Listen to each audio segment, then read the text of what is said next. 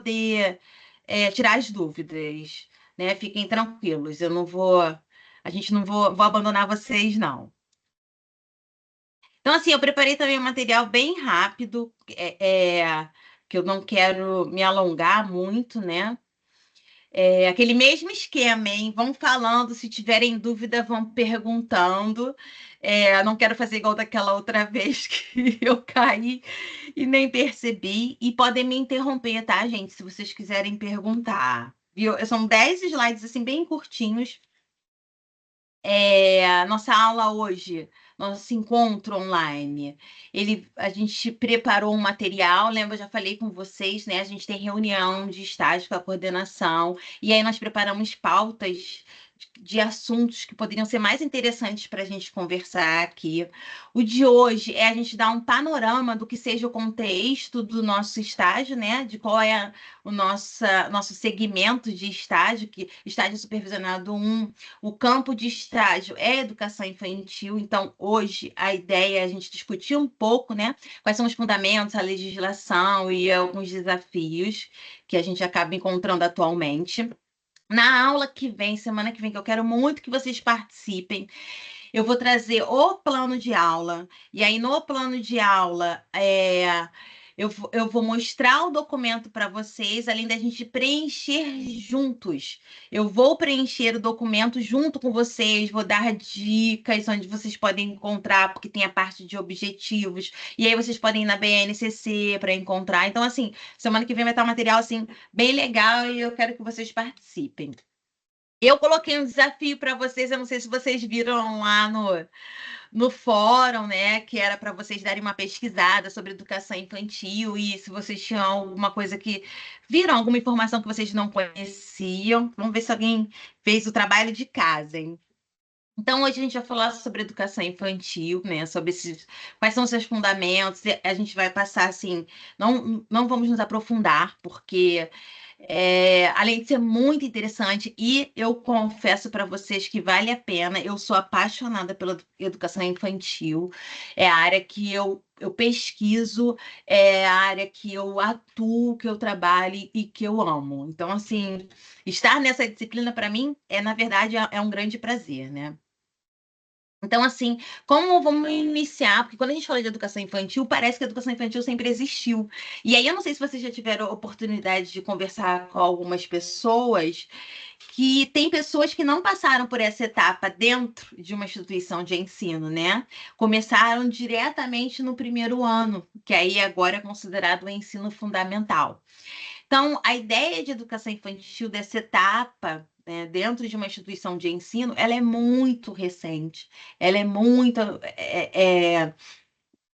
nova.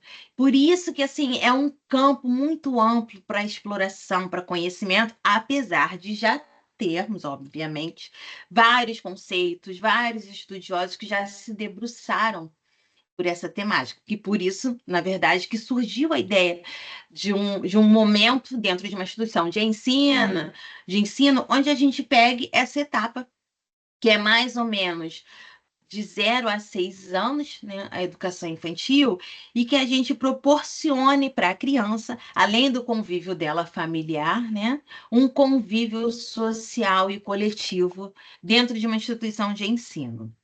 Então, assim, como surgiu primeiro a ideia de infância, né? Na Idade Média, as crianças eram tratadas como adultos, em miniatura, participando do mundo do trabalho e da vida social sem distinção.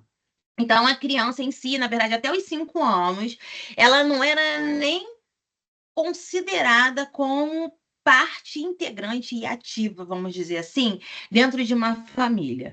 Por vários fatores, principalmente por saúde, questão de doenças, muitas famílias ignoravam de alguma forma, né? Aqui a gente não está discutindo a questão da afetividade, porque óbvio que existia dentro das famílias, mas as famílias em si, elas não se debruçavam, né, em compartilhar algo, em ensinar algo para as crianças até os 5 anos de idade.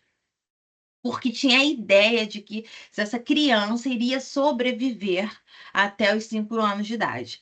A partir dos 5 anos, ela já era introduzida diretamente no mundo do adulto. Então, ela convivia dentro da mesma perspectiva, dentro das mesmas atividades, dos mesmos eventos que o adulto participava. Não existia absolutamente nada que era especificamente, né, ou especialmente feito ou pensado ou direcionado para as crianças. Então, ela era direcionada para o mundo do trabalho também. Se o pai era, vamos dizer, um sapateiro, ele já começava a ensinar o ofício para a criança. Se era uma menina, obviamente, né? Acabava indo fazer os afazeres das mulheres dentro de casa. Então, ela era considerada como um mini adulto e qualquer coisa que ela fizesse fora dentro dessa perspectiva, vamos dizer assim, se ela tivesse alguma característica ou se ela tivesse alguma atitude que representasse a questão da infância, da criança, ela era até repreendida, porque ela tinha que fazer exatamente o que os adultos faziam. Então, foi a partir do século XVII, como mostrou Philippe Arré, que a infância passou a ser reconhecida como uma fase própria.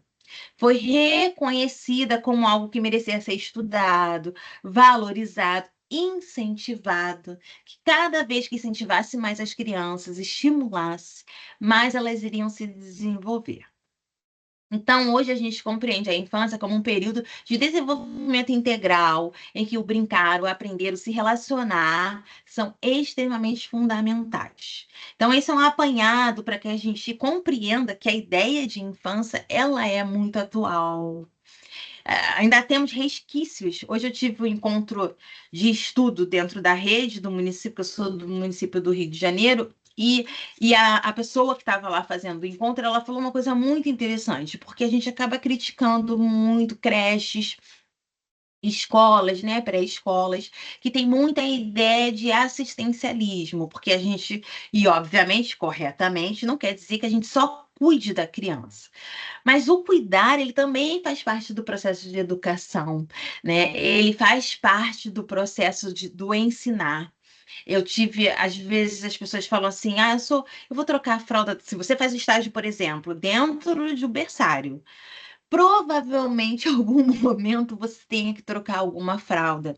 E isso não denigra ou diminui o trabalho, o papel de nenhum profissional, de modo algum.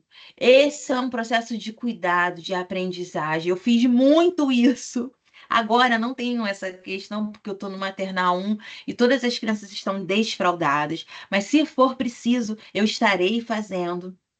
Isso faz parte da questão da educação. Então, essa a pessoa que estava responsável, a professora, ela falou exatamente isso. Às vezes a gente associa a creche, o assistencialismo ou só o cuidado, como se fossem coisas ruins. Mas dentro desses processos da gente prestar uma assistência a uma criança, a gente ter um cuidado com o bebê, nós estamos ensinando.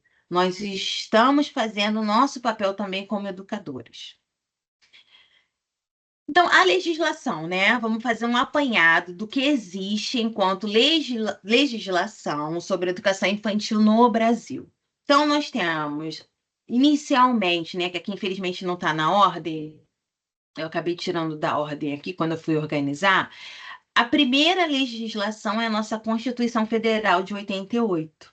A Constituição Federal garante a educação como direito de todos, desde o nascimento. Então, a partir da criança, ela tem como direito adquirido, né, um processo educacional. O que nós temos em relação a isso? Não é obrigatório para os pais, as crianças até os 6 anos de idade, colocar as crianças em escola. Então, a creche em si, ela não é obrigatória. 6 anos não, desculpa, até a pré-escola, né? Então, na questão da creche, não é obrigatório os pais colocarem as crianças, né, dentro de uma instituição de ensino. A partir da pré-escola, a criança já é necessário, já é preciso que os pais façam a matrícula da criança dentro de uma escola. Então, corrigindo, né, a creche em si, ela não é obrigatória para que os pais coloquem, porque a partir do momento que se tornou obrigatório, os pais têm que responder se não estão com crianças em idade escolar, se não matricularam uma criança em idade escolar, ele pode responder até judicialmente. Então, a Constituição de 88, nós temos o ECA, que reconhece a criança como sujeito de direitos, que é uma legislação específica, é o Estatuto da Criança e do Adolescente, que fala especificamente sobre essa faixa etária, essa etapa do nosso desenvolvimento. Então, o ECA é uma legislação que ela foi pensada somente para as crianças e adolescentes. E aí nós temos a LDB, que é a Lei de Diretrizes e Bases, que vamos dizer assim, é o que calça, né, o que apoia as definições relacionadas ao nosso processo educacional, né? Então, a LDB de 96 define a educação infantil como a primeira etapa da educação básica, voltada a crianças de 0 a 5 anos. Então, é considerada enquanto educação infantil, a criança, quando ela está na faixa etária de 0 a 5 anos. A partir dessa idade, que é quando ela faz 6 anos, mais ou menos, ela já é considerada no ensino fundamental 1, que vai do 1º ao 5º ano. E o ensino fundamental 2, que vai do 6º ao 9º ano. E o ensino médio, que são aqueles 3 anos, né? 1º, 2º e 3º ano. E aí nós temos também a BNCC, que é a Base Nacional Curricular, que foi estabelecida em 2017, que ela estabelece direitos de aprendizagem com foco em experiências e interações, onde ela traz as competências e habilidades divididas em faixas etárias para cada criança. Então, ela traz tanto para a educação infantil, para o ensino fundamental e ensino médio, quais são as competências e habilidades dentro de uma certa faixa etária que podem ser desenvolvidas e que devem ser estimuladas para as crianças e adolescentes, no caso. Então, essa é a legislação básica que a gente tem em relação à educação infantil. Então, são os documentos que embasam a educação infantil. Nós temos, que é o que eu falei para vocês, né? A Constituição Federal de 88, que é o marco dos direitos sociais. Até então, isso não era discutido, gente. Então, é importantíssimo. Temos o ECA, de 1990, que a prioridade absoluta é a criança e o adolescente. A LDB, que é a estrutura, ela estabelece a estrutura base, né, para a educação básica, tanto como para a educação superior.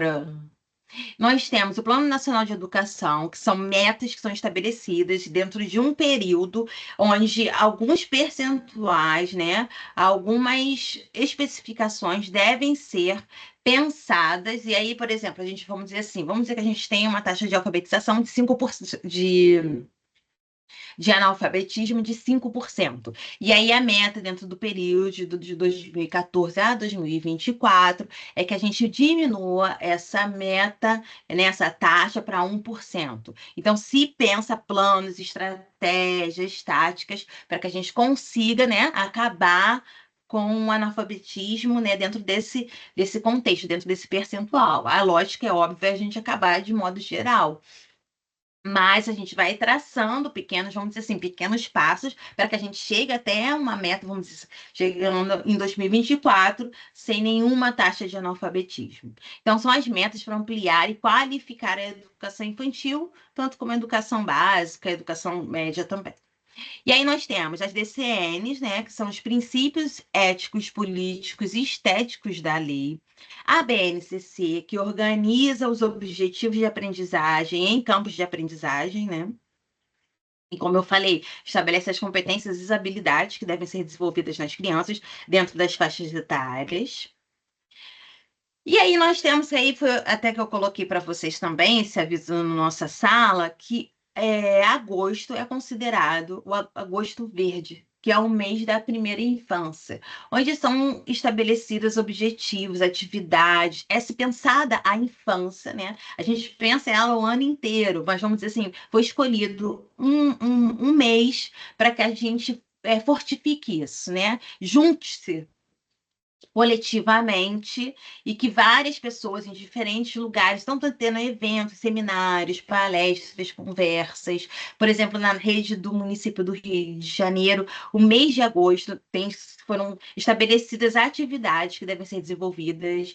Então, por exemplo, amanhã eu tenho uma atividade que é para receber a família em sala de aula e foi nós pensamos uma atividade que pudesse ser feita tanto da criança com os pais, né, os responsáveis. Nós já tivemos visitas da comunidade, enfim, foram pensadas diferentes atividades que são diferentes do nosso dia a dia, para que a gente fomente e incentive a ideia da primeira infância e a importância da primeira infância da criança, né? Então, ela foi instituída por lei, número 14.617 de 2023. E o objetivo é ampliar a consciência social e política sobre a importância dos primeiros anos de vida. Incentivações nas escolas, comunidades e políticas públicas para a valorização da infância. Então, desculpa, é considerado o agosto verde. O marco legal da primeira infância, que é a Constituição, né? Criada em 2016, a Lei 13.257 reconhece a criança de 0 a 6 anos como prioridade nas políticas públicas, garante direitos integrados, saúde, educação, proteção, convivência familiar e comunitária, reforça a necessidade de profissionais qualificados e ambientes adequados para a infância. Olha só que caminho que a gente fez, né? Se inicialmente na Idade Média a criança ela nem era pensada, nem era considerada como um ser ativo dentro da nossa sociedade atualmente, né? E a gente vem melhorando isso cada vez mais. Ela vem sendo pensada e qualificada e vem sendo reforçado a importância desses primeiros 6 anos na vida de qualquer pessoa. Isso, gente, influencia a vida de uma pessoa até a sua vida adulta. Quantas pessoas aqui têm lembranças, eu tenho certeza, positivas da sua infância e também têm lembranças não tão positivas. E algumas delas também relacionadas à escola. Então, como é importante a gente pensar e repensar esse lugar da infância, né? Das nossas infâncias e de que forma a gente quer proporcionar as infâncias das crianças que estão com a gente, tanto no nosso convívio familiar, tanto no nosso convívio enquanto profissionais dessas infâncias. E a importância dos 6 anos de vida, né? Dos primeiros 6 anos de vida. É nesse período que o cérebro apresenta maior plasticidade, né? Facilitando aprendizagens essenciais. Quer dizer o quê? Que o cérebro ele está como uma esponja, preparado para absorver todas as informações, os estímulos que a gente oferecer para eles. Então, é importantíssimo. Quando eu falei para vocês da troca de fralda, eu vou trazer um texto, eu li um texto sobre isso, quando as sinapses, o cérebro do bebê é influenciado e elas são refeitas e são conectadas quando a gente está trocando a fralda dele. Então, a gente ter a ideia de que esses pequenos gestos, essas pequenas atitudes, como elas influenciam no desenvolvimento dessas crianças, né? O seu desenvolvimento físico, emocional e cognitivo são intensos e interdependentes. Suas relações de afeto e experiências positivas nessa fase impactam toda a sua vida adulta. Quantas pessoas ainda têm resquícios de lembranças não tão positivas que tiveram na infância, de relações que não foram estabelecidas, tanto no seu núcleo familiar ou dentro da própria escola. Eu, por exemplo, tenho sim algumas lembranças da escola que não são lembranças muito bacanas, muito positivas, que não me ajudaram e que em certos momentos da minha vida eu precisei trabalhar isso, né? E algumas até de certa forma acabaram me paralisando em algum momento da minha vida e que eu precisei trabalhar isso. E eu tenho certeza que se a gente for sentar aqui e for perguntar, alguém terá com certeza uma lembrança boa, porque também nós temos, e eu tenho também muitas, mas também terão lembranças negativas em relação a isso. E aí você vê há quanto tempo eu sou nova, né? Como a minha colega falou hoje, eu sou semi-nova. Mas assim, há quanto tempo a gente participou, a gente teve essa infância, né? Eu sei que a infância nunca larga a gente. A infância nunca se afasta da gente, né? A gente tem sempre essas lembranças de coisas do nosso dia a dia e partes da nossa infância. Mas como coisas que aconteceram às vezes há 20, 30, 40 anos atrás impactam na nossa vida até hoje. Então, assim, é muito importante a gente tentar pensar essa infância e proporcionar a melhor infância possível para as nossas crianças. E aí algumas abordagens políticas, né, que eu não vou entrar, me aprofundar nelas, né, a Montessori, que a gente autonomia e liberdade com responsabilidade, que aí é um outro momento que a gente pode tirar para discutir sobre isso. Reggio Emília, que está muito em alta, né, e é uma vertente pedagógica que eu me identifico muito, é a valorização das 100 linguagens da criança e do protagonismo infantil, a High Scope, que é a rotina estruturada em planejar, fazer e revisar, o Waldorf, que respeita aos ritmos da criança, imaginação e arte. E o Brasil, a gente tem a BNCC, que é foco em experiências, interações, direitos de aprendizagem, campos de experiência. Quando a gente pensa em abordagens pedagógicas, é importante, acho que a gente conhecer todas e saber um pouco sobre elas, mas necessariamente a gente não precisa se prender a todas, né? A gente pode pegar um pouquinho em cada uma, né? Ver o que se adapta, porque a gente tem que olhar o contexto que a gente está inserido, quais são essas crianças que a gente está atendendo. A turma do ano passado, com certeza, não é a mesma que vai vir para o próximo ano. Então, é importante você ficar atento em relação a isso. Daiana levantou a mão, pode perguntar, Dai. Professor, então, uma das minhas dúvidas são essas, né? Porque é muitas informações. E aí eu Tá queria bom. saber se é um pouquinho de cada, porque quando a gente chegar lá, para a gente ter uma noção de como agir, né? Então, assim, uma dica que eu queria é onde que eu posso procurar isso aí para poder estar estudando mais profundo, para poder eu saber como fazer na sala de aula. Ai, adorei essa pergunta. Olha o que que a gente pode combinar, Dai. Eu posso fazer um resumo, né, delas e ir postando lá no nosso fórum. O que que você acha? Isso, professor, amei, porque, assim, é igual, tem aquele negócio de pedir, como que é? Pedir, que é? Agora eu fiquei nervosa. Piaget, Piaget, Vygotsky, Vallon. isso, se Isso. a senhora puder, é muito bom. Tipo assim, um resumo o foco principal que a gente precisa saber para poder usar dentro da Posso. sala de aula.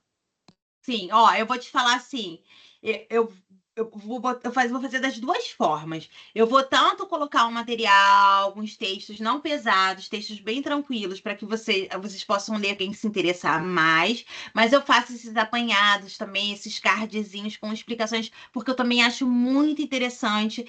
Daí eu quero que você entenda assim, por exemplo, eu estou no município, eu trabalho com educação infantil desde 2012. E até hoje eu aprendo, eu conheço um pouco mais sobre essas abordagens, até abordagens que eu já conheço e já estudei há muito tempo e que já estudo há muito tempo.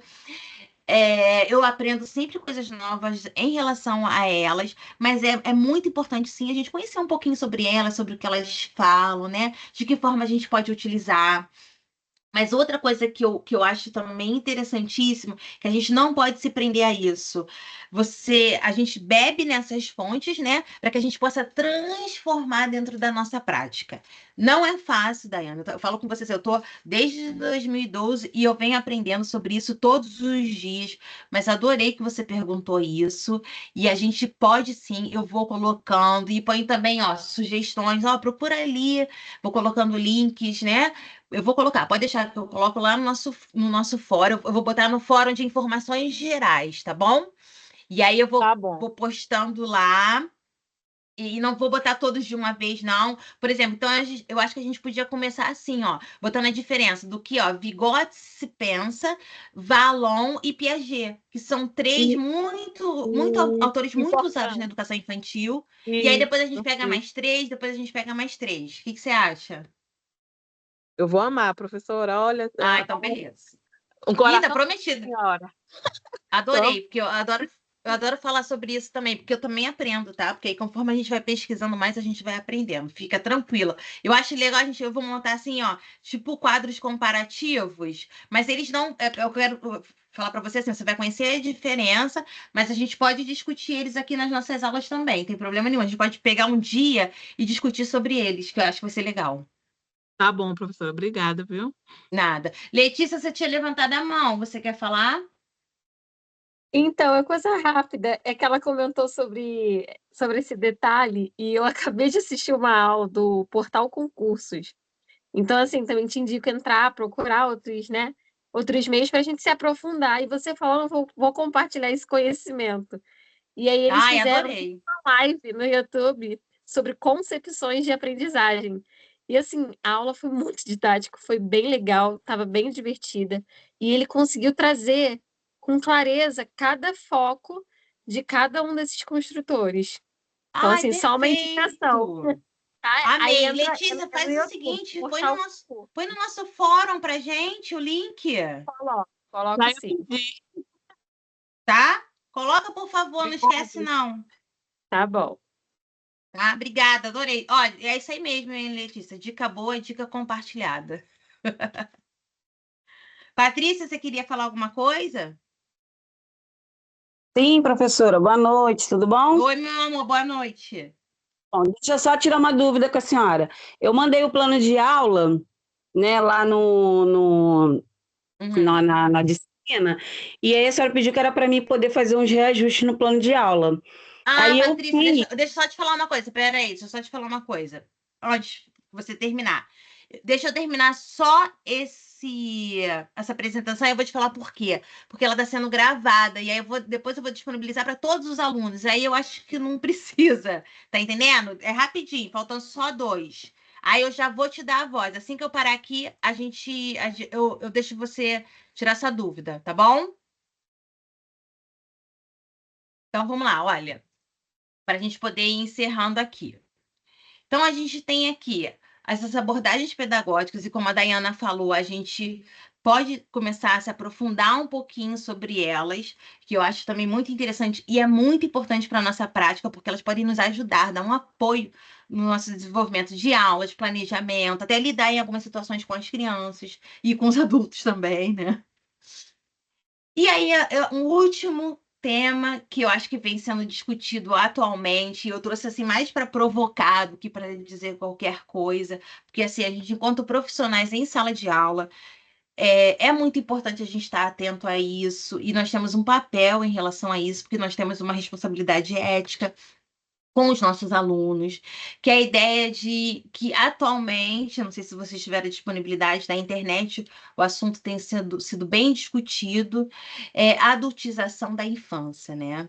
Quando se pressiona a criança a assumir papéis ou comportamentos de adultos, e às vezes a gente faz isso na escola, em algumas situações, porque a gente tem tanto a ideia da adultização, né, extrema, com coisas relacionadas a violências e abusos que não devem existir de jeito nenhum. Como nós temos, às vezes, pequenos gestos, e às vezes a gente também acaba reproduzindo esses gestos. Uma criança que está chorando, a gente fala, ai, para de chorar, não tem porquê. Você tá de chupeta, você já está grande, a criança tem 3 anos, tem 2 anos e meio. Você já está grande, para que você está de chupeta? Então, são coisas, provocações e às vezes falas que a gente tem em relação à criança que a gente tem que se policiar.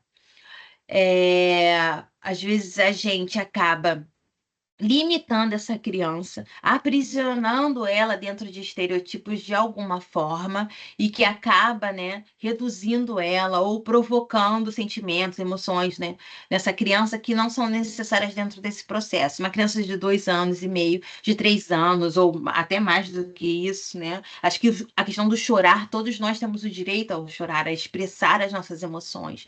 E se ela está chorando, ela está expressando a emoção dela de alguma forma. E aí não cabe a nós dizer se ela está certa ou se ela está errada, e se ela deve ou não deve expressar essa emoção dela, né? Porque aí a gente acaba dizendo que tá grande, como tá grande? A gente tem que entender que a questão emocional dela, né? Cognitiva, é dela. E essas emoções que ela está expressando são as emoções dela, que não cabem a nós esse controle, né? Eu não estou falando da questão de educar, não estou falando da questão da relação com o outro, eu estou falando das expressões de emoções, que às vezes até é um grito, é um perder um pouco, né? É o se jogar no chão. A gente às vezes associa situações e acaba limitando a criança de certas formas, até dentro da escola, quando são momentos que ela está extrapolando. E aí a gente tem que saber quando a gente deve intervir, quando a gente não deve, o que a gente, as nossas falas, elas são muito importantes. Então ela pode ocorrer tanto pela mídia, o consumo, a erotização precoce, práticas escolares rígidas. Olha o que a gente estava falando sobre isso, né? E as consequências podem ser a perda do brincar, o aumento da ansiedade, dificuldades emocionais. Defender a infância é garantir que cada etapa seja vivida plenamente, cada etapa seja vivida por essa criança, e experimentada, experienciada. E eu acho que nós temos que ser espectadores, né? Espectadores e mediadores desse processo, principalmente quando a gente está em sala de aula. A gente tem que entender qual é o nosso papel, de que forma a gente tem que intervir, onde é o papel da família, onde começa e termina o papel da família, onde começa e termina o nosso papel enquanto educadores. Então, eu acho que é um assunto que a gente também pode discutir mais para frente. E é um assunto super importante, principalmente a questão da tecnologia. E às vezes a gente leva essa tecnologia para dentro de sala de aula de certa forma, ou se a gente não leva, ela está, porque as crianças levam. E a gente não pode fingir que isso não está acontecendo, a gente tem que estar atento a isso, porque também proteger essas crianças é o nosso dever. Então, aqui é só para agradecer a vocês, né, esse nosso momento. Agora eu vou parar o compartilhamento e vou abrir para vocês tirarem a dúvida, porque a Patrícia, para a gente poder conversar um pouquinho, e vou parar a gravação, tá? Que aí eu acho que a gente fica mais à vontade para perguntar. Pronto.